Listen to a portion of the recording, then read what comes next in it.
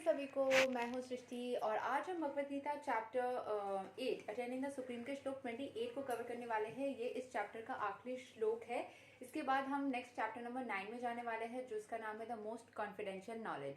सो देर न करते हुए शुरू करते हैं। पहले रोज की तरह पहले मैं संस्कृत में श्लोक को पढ़ूंगी, उसके इंग्लिश ट्रांसलेशन को देखेंगे और मीनिंग को समझेंगे। तो चलिए शुरू करते हैं। वेदेषु यज्ञेषु तपसु चैवादनेषु यत् पुण्याफलां प्रदिष्टाम् अत्येति तत् सर्वाम् इदां विदित्वा योगी परां स्थानाम् उपैति चदयाम्. A person who accepts the path of devotional service is not bereft of the results derived from studying the Vedas, performing sacrifices, undergoing austerities, giving charity, or pursuing philosophical and fruitive activities. Simply by performing devotional service, he attains all of these. And at the end, he reaches the supreme eternal abode. अगर आप spirituality करते हो, हरे कृष्ण महामंत्र जापते हो या कृष्ण भगवान के साथ में जुड़ते हो, तो ऐसे मिरेकल्स होगी ना, ऐसे चमत्कार होते हैं ना कि आप खुद ही नहीं रियलाइज करते हो कि कैसे हो रहा है, बस हो जाते हैं। एंड आपको सारी चीज़ें करने के जो फल होते हैं ना, कि हमने चैरिटी भी कर ली, हमने यहाँ भी चले गए, ये भी पढ़ लिया, वो भी कर लिया, सब कुछ करने का फल आपको बस कृष्ण भगवान के प्रति डिवोशनल सर्विस करने से ही प्राप्त हो जाती है। सो यहाँ का एक्सप्लेनेशन थोड़ा लंबा है, पर इसको समझ लेते हैं। The verse is the summation of the 7th and 8th chapters, which particularly deals with Krishna consciousness and devotional service. One has to study the Vedas under the guidance of the spiritual master and undergo many austerities and penances while living under the care. A brahmachari has to live in the home of the spiritual master like a servant, and he must beg alms from door to door and bring them to the spiritual master. देखना, शिव भगवान भी ऐसे ही करते थे। वो लोगों से, वो भगवान है बट फिर भी वो जाके लोगों से भिक्षा मांगते थे, मतलब वो हेल्प मांगते थे। उससे क्या होती है, आपकी डाउन टू अर्थ नेचर होती है कि आपको भी कभी भी हेल्प की जरूरत पड़ सकती है, आप बहुत महान नहीं हो, ठीक है। वो रियलाइजेशन के लिए ये सारे प्रैक्टिसेस होती है। Okay, he takes food only under the master's orders, and if the master neglects to call the student for food that day, the student fasts. These are some of the Vedic principles for observing ब्रह्मचार्य। ब्रह्मचार्य बहुत ही कठिन होती है, इतना आसान नहीं होता है, होता था, अभी तो होता नहीं है ऐसा कुछ प्रैक्टिस, पर कुछ जगहों पे ना प्रैक्टिस चलती है। इतना होता है कि नहीं, I don't know, but Mayapur में हम देखे थे, वहाँ पे भी बच्चे एक तरीके से रहते हैं, उनकी भी एक पर्टिकुलर स्पिरिचुअल लाइफ होती है। सो बहुत जगहों पे अलग अलग फॉर्म्स ऑफ स्पिरिचुअल अपब्रिंगिंग्स होती है। After the student studies the Vedas under the master for some time, at least from age 5 to 20, he becomes a man of perfect character. Study of the Veda is not meant for the recreation of armchair speculators, but for the formation of a character. वेदा पढ़ने का क्या मतलब है, आपकी चरित्र गठन करने के लिए, कुछ सामान गठन करने के लिए नहीं, आपकी चरित्र बनाने के लिए। After this training, the brahmachari is allowed to enter into household life and marry.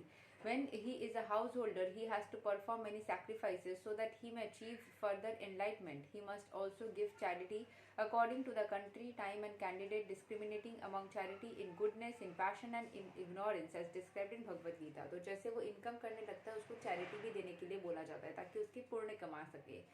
Then after retiring from household life, upon accepting an order of a Vanaspratha, he undergoes severe penances, living in forests, dressing like with a tree bark, not shaving, etc. By carrying out the orders of Brahmacharya, householder life, Vanaspratha, and finally sannyasa, one becomes elevated to the perfectional stage of life. तो अपने अंदर वो spiritual growth के लिए ही 4 forms of life पहले practices की जाती थी। Some of them elevated to the heavenly kingdoms, and when they became even more advanced, they are liberated in the spiritual sky, either in the impersonal Brahmajyoti or in the Vaikuntha planets or Krishna Loka. This is the path outlined by Vedic literatures. The beauty of Krishna consciousness, however, is that by one stroke, by engaging in devotional service, one can surpass all the rituals of the different orders of life. जैसे आप Krishna consciousness करते हो, ये 4 forms of life की जो benefit होती है वो सारे ही आप प्राप्त कर लेते हो। The words idam Viditva indicate that one should understand the instructions given by Sri Krishna in the chapter and the 7th chapter of Bhagavad Gita. One should try to understand these chapters not by scholarship or mental speculation but by hearing them in association with the devotees. इसीलिए भगवद गीता की classes होती है कि आप जब साथ में बैठ के मिलके सुन के सीखते हो तो उसमें श्रवण की मतलब जो श्रुति विद्या या श्रवण विद्या होती थी वही चीज़ यहाँ पे दोहराई जा रही है कि सुन सुन के सीखने से अच्छा सीखते हो आप. Chapters 7 through 12 are the essence of Bhagavad Gita. The first 6 and the last 6 chapters are like coverings for the middle 6 chapters, which are especially protected by the Lord. If one is fortunate enough to understand Bhagavad Gita, especially at once, becomes glorified beyond all the penances, sacrifices, charities, speculations, etc. For one can achieve all the results of this activity simply by Krishna consciousness. बस कृष्ण भगवान की भक्ति करने से, devotional service में रहने से आप सारे चीज़ों को अचीव कर सकते हो. ना आई एम नॉट सेइंग कि अगर आप दूसरे रिलीजन से हो आपको कृष्ण कॉन्शियसनेस ही करना है. आप अपने रिलीजन के हिसाब से अपनी स्पिरिचुअल प्रैक्टिसेस को जारी रखें. ठीक है. One who has a little faith in Bhagavad Gita should learn Bhagavad Gita from a devotee, because in the beginning of the 4th chapter it is stated clearly that Bhagavad Gita can be understood only by devotees. No one else can perfectly understand the purpose of Bhagavad Gita. One should therefore learn Bhagavad Gita from a devotee of Krishna, not from a mental speculators. This is a sign of faith. When one searches for a devotee and fortunately gets a devotee's association, जैसे सद्गुण बोलते हैं, सत्संग बोलते हैं ना, संग दोष, जिसके संग आप रहोगे उसकी प्रभाव आपके ऊपर पड़ेगी, उसके जैसा आप बन जाओगे. तो इसीलिए अगर आप एक डिवोटी के, एक भक्त के संग रहते हो तो आपके अंदर भी भक्ति की वृद्धि होगी. ठीक है. सो Bhagavad Gita, by advancement in the association of a devotee, one is placed in devotional service, and this service dispels all one's misgivings about Krishna or God and Krishna's activities from pastimes, name and other features. After these misgivings have been perfectly cleared away, जो भी गलत चिंताएं हैं, गलत information था, जो भी सारी गलतियां थी, जब उससे आप क्लियर कर लेते हो खुद को, one becomes fixed in one study.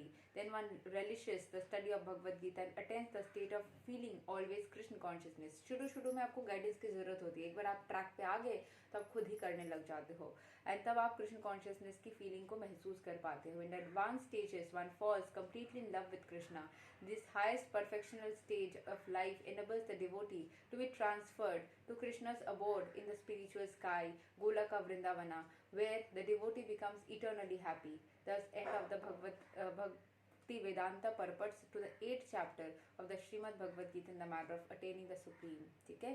सो जितना ज़्यादा आप कृष्ण भगवान के, जिस किसी भी एनर्जी को आप बहुत ज़्यादा कल्चर करते हो ना, उसकी एनर्जी में आप वाइब्रेट करने लग जाते हो. जिस किसी स्पिरिचुअल एनर्जी हो, जिस किसी इंसान हो, भगवान हो, उनका रूप हो, जिस चीज़ को आप ज़्यादा सोचने लगते हो, ह्यूमन ब्रेन ही वैसी कंस्ट्रक्टेड है. इसीलिए कृष्ण भगवान के बारे में सोचोगे तो उनकी एनर्जीज को पाओगे, शिव भगवान के बारे में सोचोगे उनकी एनर्जीज पाओगे. अगर मुस्लिम रिलीजन के हो, अल्लाह के बारे में सोचोगे तो अल्लाह की एनर्जीज पाओगे. जीसस क्राइस्ट के बारे में सोचोगे उनके, जो जिनके बारे में आप सोचोगे, किसी इंसान से मोहब्बत करते हो उनके बारे में सोचोगे तो उनकी एनर्जीज पाओगे. It's just like that. तो जिनके बारे में आपको सोचने से हीलिंग होती है उनके बारे में सोचा करें.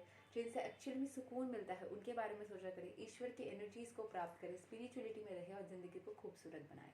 ये था श्लोक नंबर 28 एंड द लास्ट श्लोक ऑफ भगवद गीता चैप्टर 8. अगले वीडियो से हम चैप्टर 9 को स्टार्ट करेंगे. तब तक के लिए हरे कृष्ण, राधे राधे, जय श्री राम.